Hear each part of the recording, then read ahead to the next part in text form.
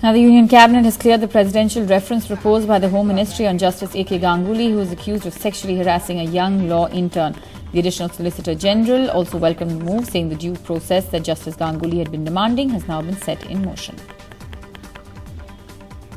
The Cabinet has cleared the proposal for presidential reference, setting the process in motion for the removal of AK Ganguly as head of West Bengal Human Rights Commission. After the Cabinet nod, the government will now send the proposal to President Pranab Mukherjee, seeking his consent to begin Ganguly's removal. The Cabinet note mentions three major allegations against Justice Ganguly. That of sexually harassing a law intern in December 2012. The other, his visit to Pakistan without taking permission from the Ministry of External Affairs. And third, accepting paid hospitality from a private party even when he was in the position of the state human rights chief. Ahead of the cabinet decision, Attorney General G. Vahanvati had stated that a case could be made out against Justice Ganguly. The retired Apex Court judge, however, remains defiant despite mounting pressure on him to quit.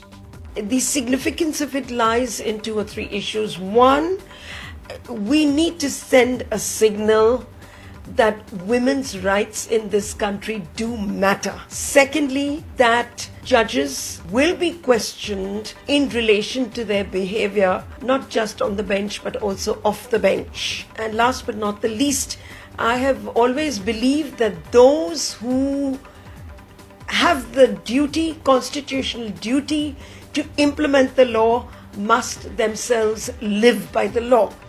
Once the top court receives the reference notice from the President, it will be sent to Justice Ganguly, the intern who has accused him, and the West Bengal Advocate General.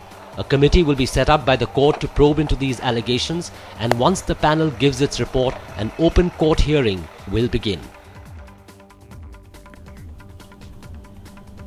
Former Lok Sabha Speaker Somnath Chatterjee, who had in fact supported Justice Ganguly, has said he has never seen any impropriety on his part.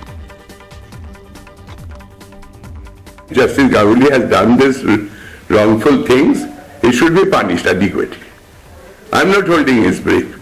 But if he has not, everybody in a case of civilized jurisprudence is treated to be innocent unless proved guilty. Proved guilty. Here not even an FIR has been filed. No proper investigation is there.